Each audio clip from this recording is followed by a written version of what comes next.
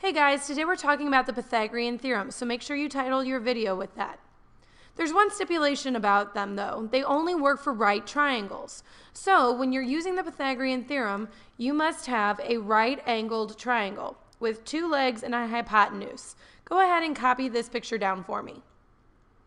Okay, so let's look at what it means in words and algebra and numbers. For any right triangle, the sum of the squares of the lengths of the legs equal the squares of the lengths of the hypotenuse. So what do I mean by that? If we have a side length of 3 and another side length of 4 and we square them, it should equal the hypotenuse's squared length, which we call c. So a squared plus b squared equals c squared. This is what we call the Pythagorean theorem. This is an example, okay? So make sure you write down both of those things. Go ahead and pause it and do that for a second. Okay. Find the length of the hypotenuse of a right triangle with 15 inches as its leg, 20 inches as its other leg. So what we're going to do is we're going to square the 15 and the 20. When we do that, we get 225 and 400. Add them together and we get 425.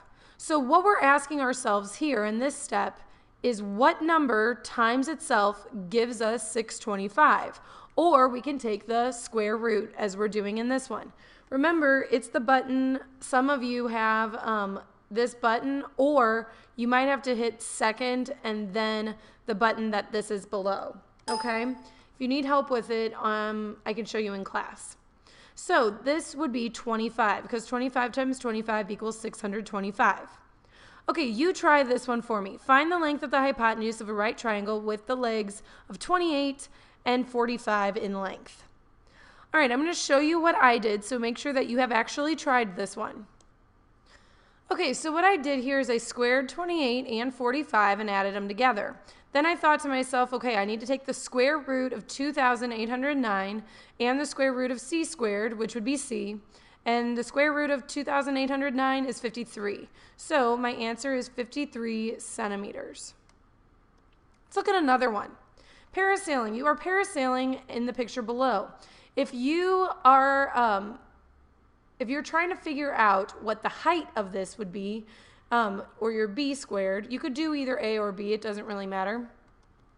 So whether you call this a or b, you're still adding it with this one. So let's call it a, just because it's consistent with what I showed you in the first couple slides.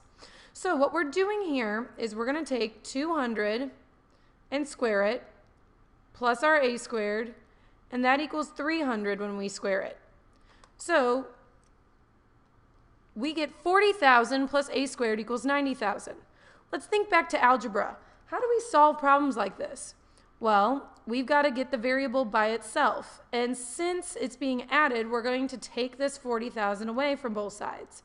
So now we know that a squared, oh, whoa, my a got away from me, is 50,000. So we're trying to figure out what a would be. So take the square root of 50,000 and we get approximately 223 and 61 hundredths. Now I rounded to the nearest hundredth because this was really 6067, and so this 0 would go up to a 1.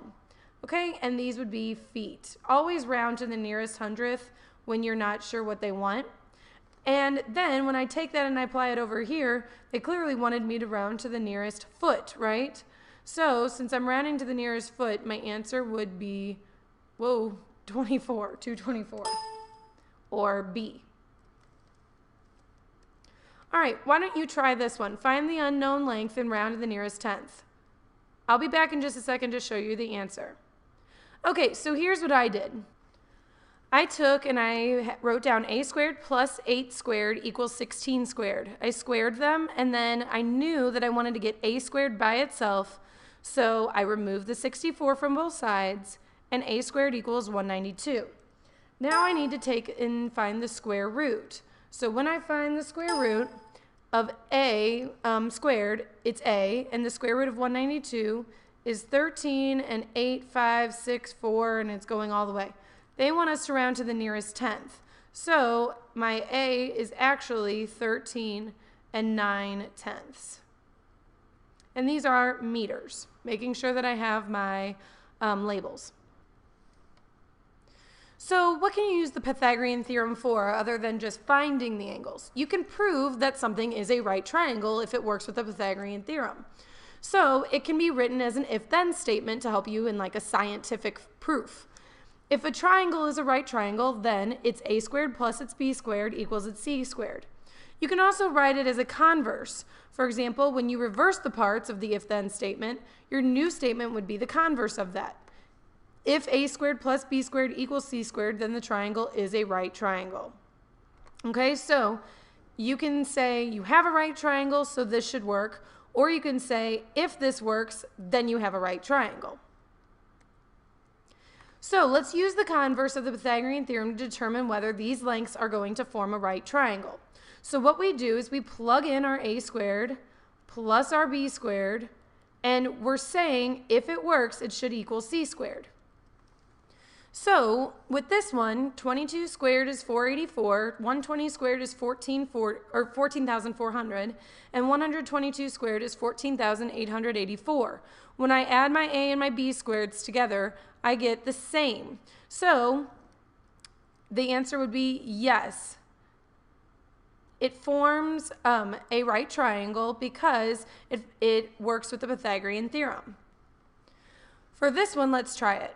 Go ahead and see what you think. Does it form a right triangle or not? I'll be back in just a second to show you what I did. In this case, when you do the math, they do not equal one another. So the answer would be no this time,